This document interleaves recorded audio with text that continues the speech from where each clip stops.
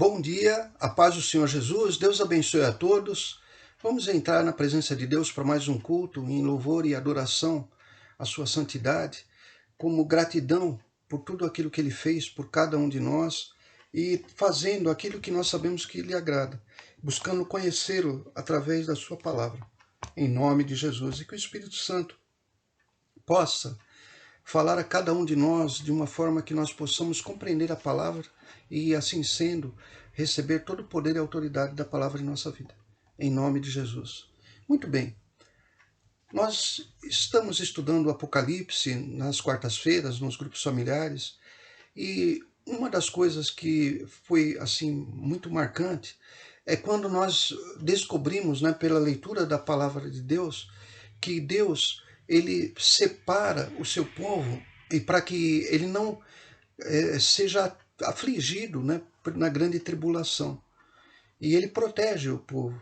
E ele faz isso levando-se em conta uma marca, um sinal.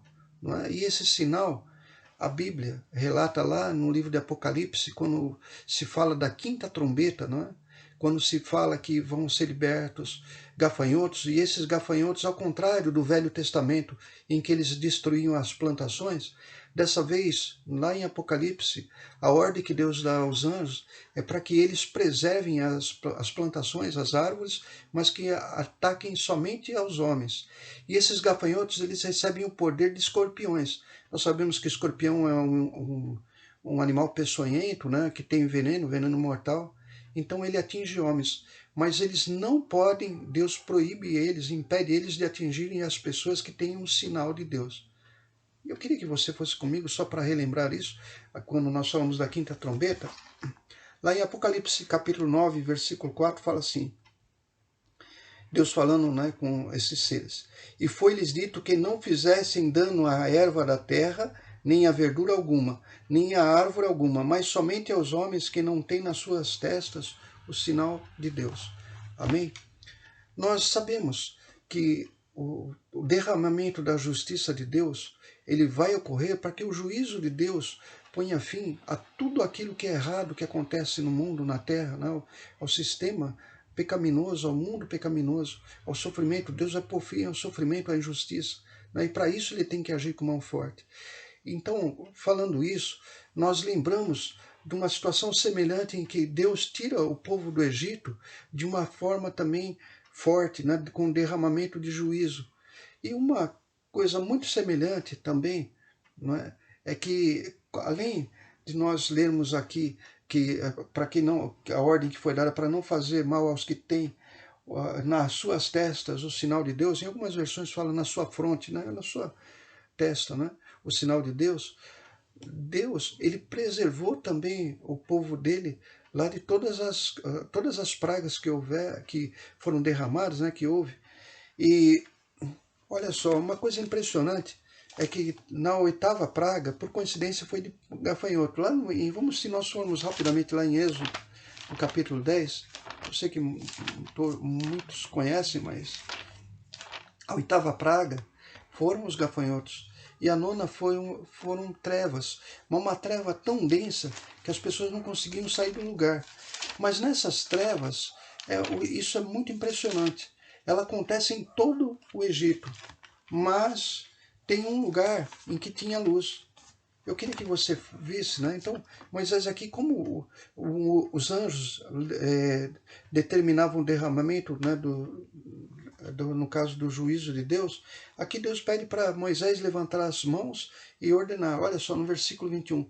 Então disse o Senhor a Moisés, estende a tua mão para o céu e virão trevas sobre a terra do Egito, trevas que se apalpem. Assim como Deus deu poder para que os anjos ordenassem, né, que viessem, no caso lá, os gafanhotos, aqui Deus dá ordem a Moisés. E aqui, no versículo 23, olha só que impressionante. Não viu um ao outro, e ninguém se levantou do seu lugar por 3 dias, no Egito. Né?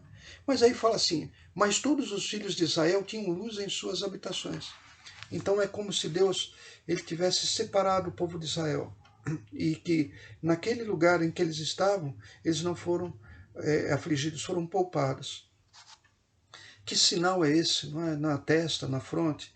Por que que é na fronte? Quem fez esse sinal? De onde ele vem? Não é? Então, falando de uma forma muito simples, eu vou te mostrar na palavra que esse sinal, ele na verdade é o processo da nossa salvação que traz esse sinal. Né?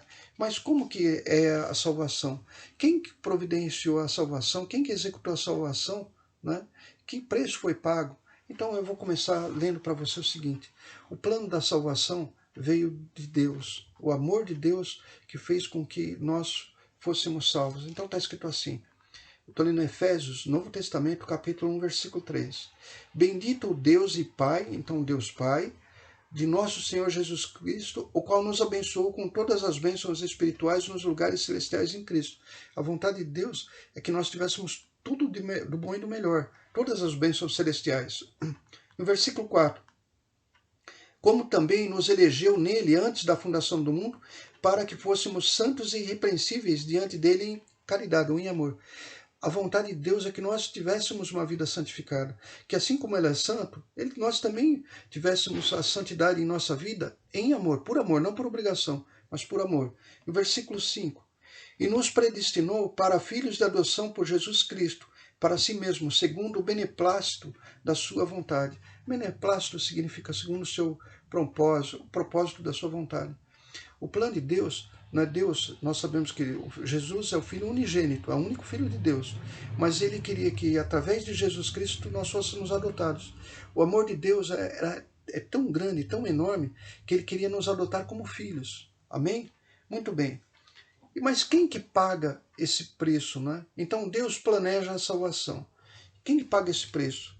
No versículo 6 fala assim, para louvor e glória da sua graça, né? Então aqui envolve graça, pela qual nos fez agradáveis assim no amado.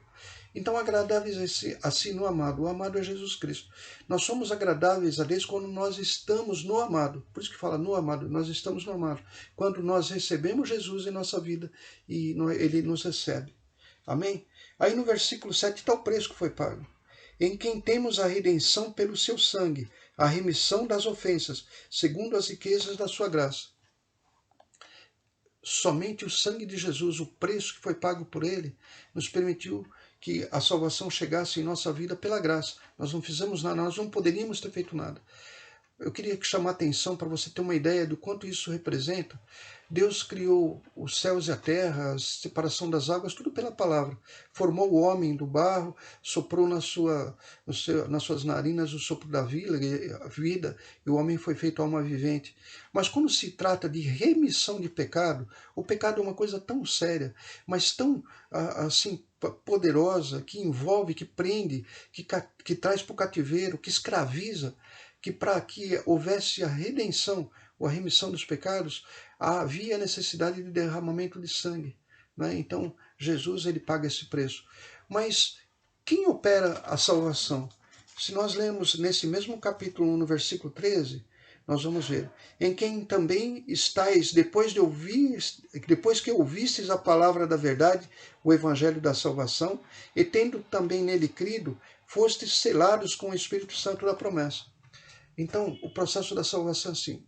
Nós ouvimos a palavra de Deus, que é o Evangelho, né? Evangelho significa as boas novas, a graça. Nós cremos, né? Então nós cremos na palavra que nós ouvimos, ou seja, nós cremos em Jesus. E então, através de Jesus, crendo em Jesus, nós somos selados pelo Espírito Santo. É esse o processo da salvação. Aí no versículo 14 fala assim, o qual é o penhor da vossa herança. Penhor é a garantia, um sinal, para a redenção da possessão de Deus, para louvor de sua glória. Então nós somos a glória de Deus, e nós precisávamos ser libertos do domínio do pecado, né, da prisão espiritual, né, do pecado. É importante nós entendermos que o nosso Redentor é Jesus Cristo, e o nosso Redentor vive, e Cristo é o nosso Redentor. Não é? E ele nos redime, ele nos liberta do pecado e dos laços do diabo. Nós estávamos presos, né, antes de conhecer a palavra, antes de recebermos a palavra em nosso coração, antes de recebermos e crermos no nome de Jesus Cristo, nós estávamos presos pelo pecado, nós éramos escravos. Não é?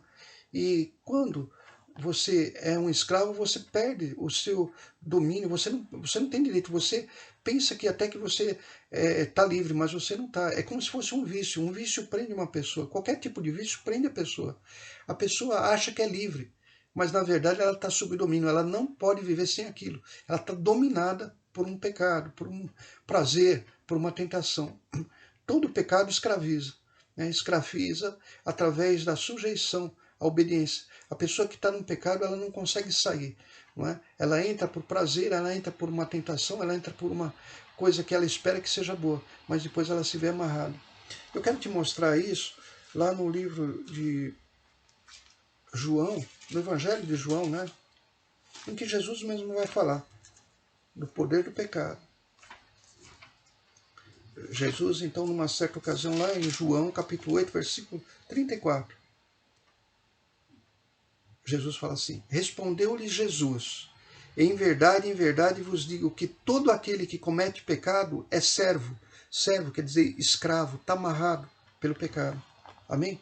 Como que uma pessoa comete pecado, né, sem conhecer Jesus? Porque ela anda com a sua justiça própria. E como não existe justiça, né, todos nós que julgamos, nós julgamos de acordo com o nosso raciocínio, a nossa vontade, o nosso modo de pensar.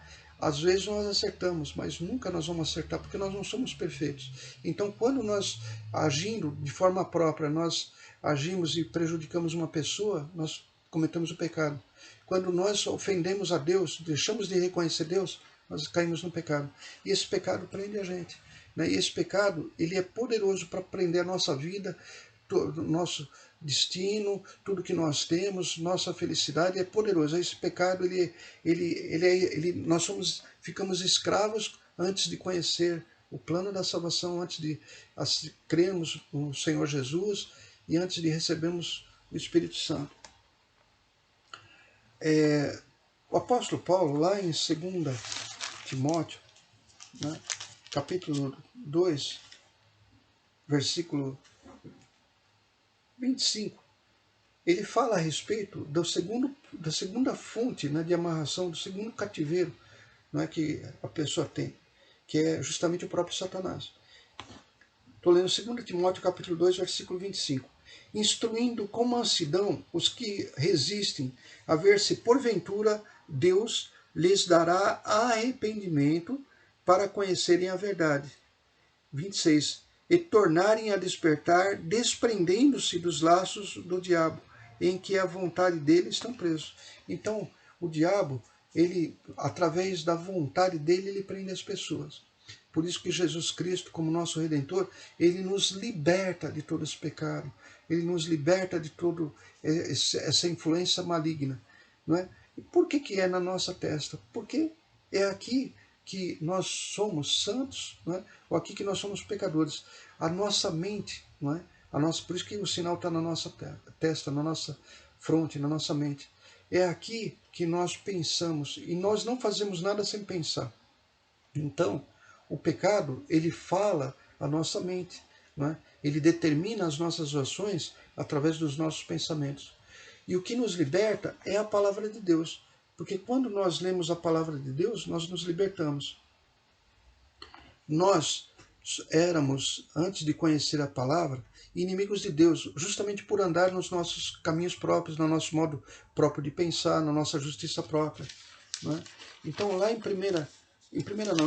Colossenses, capítulo 1, não é? Eu queria que você fosse a Colossenses, Novo Testamento também.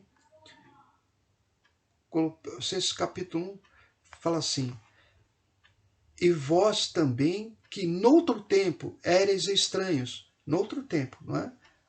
Paulo está falando agora para o pessoal que é convertido. Ele falou assim: antes vocês eram estranhos e inimigos no entendimento pelas vossas obras más. Agora, contudo, vos reconciliou no corpo da sua carne, pela morte, para que perante ele vos apresentar santos, irrepreensíveis e inculpáveis. Amém? Então, a nossa mente, a nossa santidade está na nossa mente. É na nossa mente que nós somos santos. É na nossa mente que nós somos renovados. O selo fica na nossa mente. Quando nós aceitamos a salvação, a nossa mente era transformada pelo Espírito Santo. No versículo 23, Paulo fala assim: se na verdade permanecerdes fundados e firmes na fé, e não vos moverdes da esperança do evangelho que tendes ouvido, o qual foi pregado a toda a criatura que há debaixo do céu, e do qual eu, Paulo, estou feito ministro. A vontade de Deus é que todo mundo seja salvo. A vontade de Deus é que todo mundo tenha essa marca na testa. E essa marca é a operação do Espírito Santo nos levando para a santificação. Nós não podemos ser salvos se nós não tivermos na nossa vida moldada, caminhando, mas sendo guiada pelo Espírito Santo para que nós tenhamos uma vida santificada.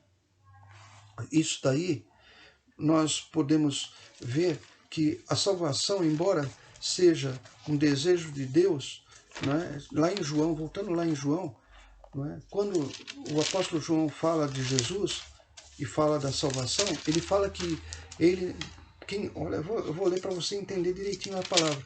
Ele nos deu o poder de ser salvo, o poder. Ele não fala deu a salvação, ele deu o poder. Fala assim, eu estou lendo João capítulo 1, versículo 12. Mas a todos quanto o receberam, Jesus Cristo, deu-lhes o poder de serem feitos filhos de Deus. Poder. Deu-lhes o poder de serem feitos filhos de Deus. Aos que creem no seu nome. Né? Jesus, você sabe que o nome Jesus significa Salvador. E Jesus também foi chamado Emanuel, Deus convosco. Então, crer no nome de Jesus significa reconhecer Jesus como o nosso Senhor e Salvador, o único Senhor e Salvador que nós temos, o único caminho que nos leva a Deus, o único caminho que nos traz o poder para sermos feitos filhos de Deus através da operação da graça e da presença do Espírito Santo em nossa vida. E isso acontece somente quando nossa mente é transformada. Então, em última análise, o poder que nós temos de ser feitos filhos de Deus e pertencermos ao reino de Deus é quando a nossa mente é transformada. Por isso que nós falamos, né, que nós não podemos agradar todo mundo. Né?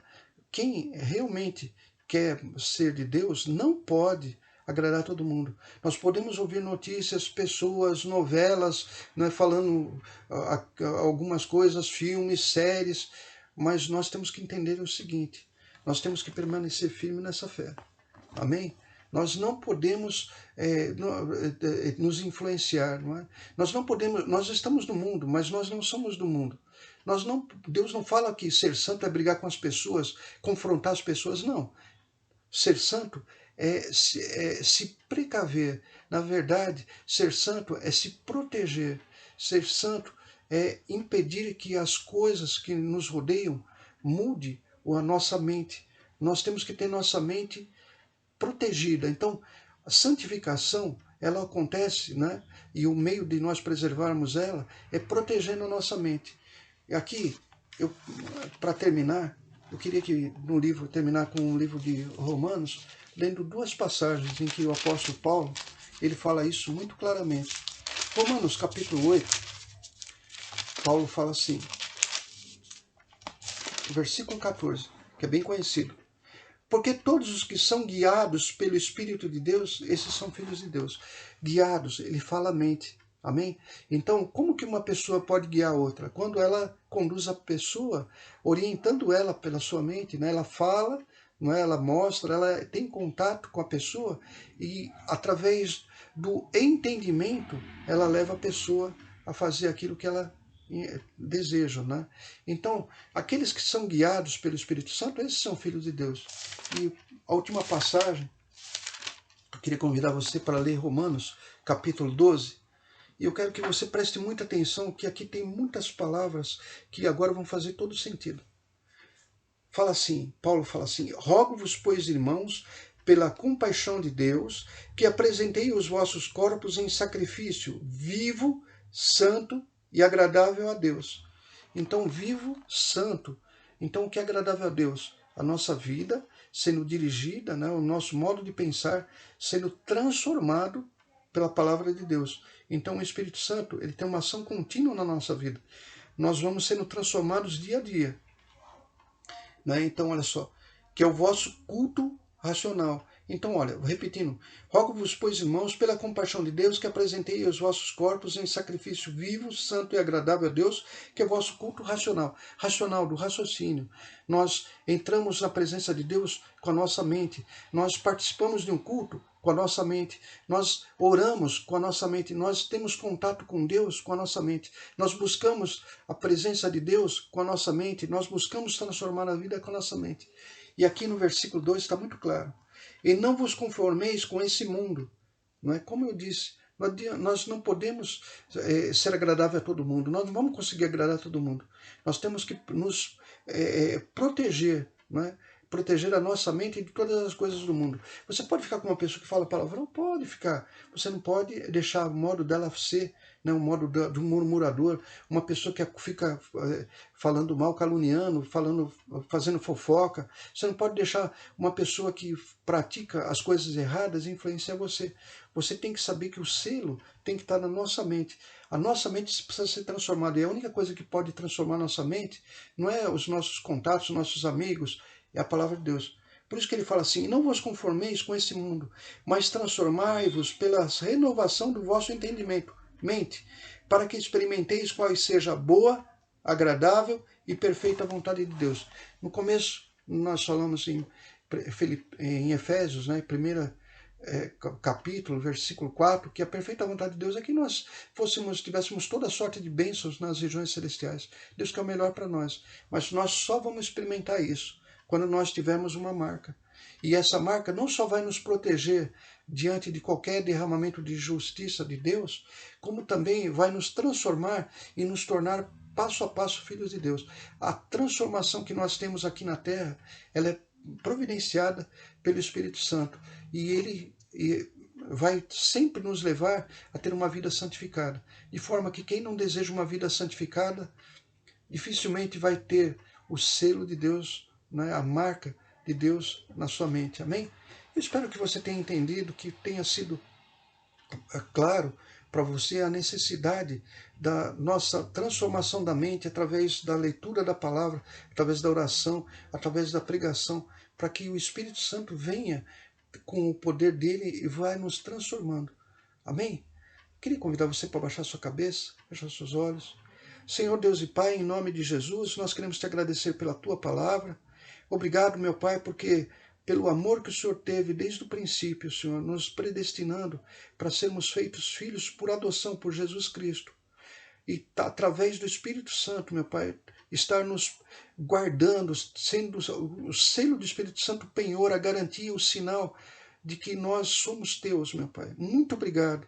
Nós sabemos que a tua vontade é que todos sejam salvos. Então, meu Pai, aonde essa mensagem chegar, onde essa pregação chegar, seja diretamente ou reencaminhada por um dos teus filhos, Pai querido, que haja manifestação do teu poder e da tua graça.